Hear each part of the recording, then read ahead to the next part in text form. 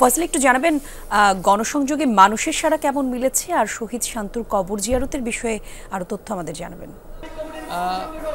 কলি, আপনি যেটি বলছিলেন বৈষম্য বিরোধী ছাত্র আন্দোলনের পক্ষ থেকে যে ঘোষণাপত্র সপ্তাহ ঘোষণা করা হয়েছিল, সেটি আজকে ফরিদপুরে জনসমাবেশের মধ্য দিয়ে শুরু হয়েছে। আর আপনি যেটি বলছেন যে আসলে এখানকার মানুষের উপস্থিতি কেমন হয়েছে, সেটি বলা যায় যে আসলে ফরিদপুরের যেহেতু একটি বৃহত্তর জেলা এবং অনেক পুরনো জেলা, এখানে কিন্তু জুলাই আন্দোলনে একজন শহীদ হয়েছেন। ফলে এই এলাকায়ও কিন্তু জুলাই আন্দোলনের সময় বেশ গুরুত্বপূর্ণ অবদান রেখেছিলেন, প্রতিরোধ গড়ে তুলেছিলেন এই এলাকার মানুষরা। সেই বিষয়টি মাথায় রেখেই কিন্তু বৈষম্য বিরোধী ছাত্র আন্দোলন এইখান থেকেই তাদের যে কর্মসূচি সেটি ঘোষণা করেছেন।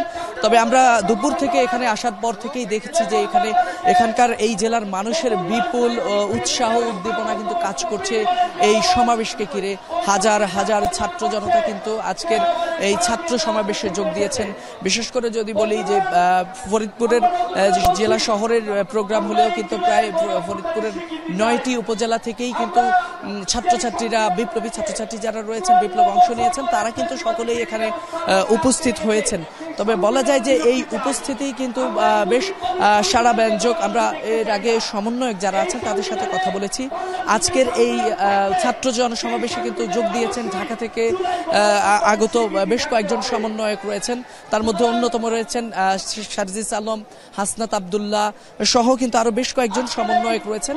তারা জুলাই আন্দোলনের যে ঘোষণাপত্র, সে বিষয়ে তারা ছাত্র জনতার কাছে আজকে তাদের যে ঘোষণাপত্রটি রয়েছে সে বিষয়ে তুলে ধরবেন এবং তাদের সাথেও তারা পরামর্শ করবেন কিভাবে তাদের চাওয়া পাওয়া বা তাদের আকাঙ্ক্ষা কি রয়েছে সেগুলো কিভাবে এই ঘোষণাপত্রে অন্তর্ভুক্ত করা যায়, সেটিও তারা তাদের সাথে মতবিনিময় করে জানবেন বলে আমাদেরকে জানিয়েছেন।